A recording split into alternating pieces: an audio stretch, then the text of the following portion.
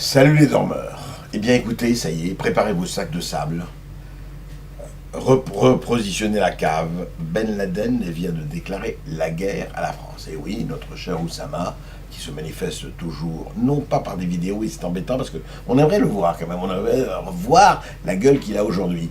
Non, il se manifeste par des manifestes audio, et il l'a expliqué dans une bande enregistrée, que puisque la France interdit le voile intégral, et puisque la France envoie des gens en Afghanistan, des militaires, et puisque c'est normal qu'on arrête des Français, et puis que si ils nous embêtent, eh ben on leur éclate la nuque et on les tue.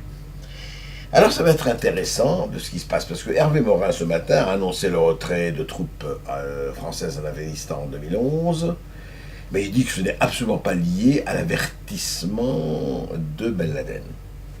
Alors ça va être très intéressant.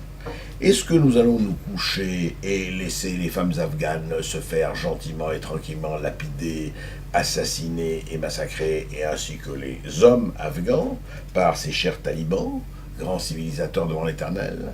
Est-ce qu'on va dire qu'on va revenir sur la loi sur la burqa, puisque Ben Laden nous menace?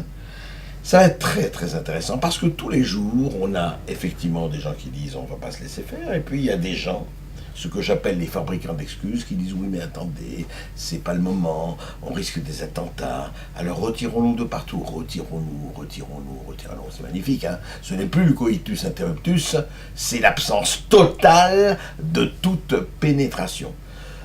Mais j'ai pas envie de rire là-dessus parce que je crois que, encore une fois, l'enjeu est extrêmement essentiel.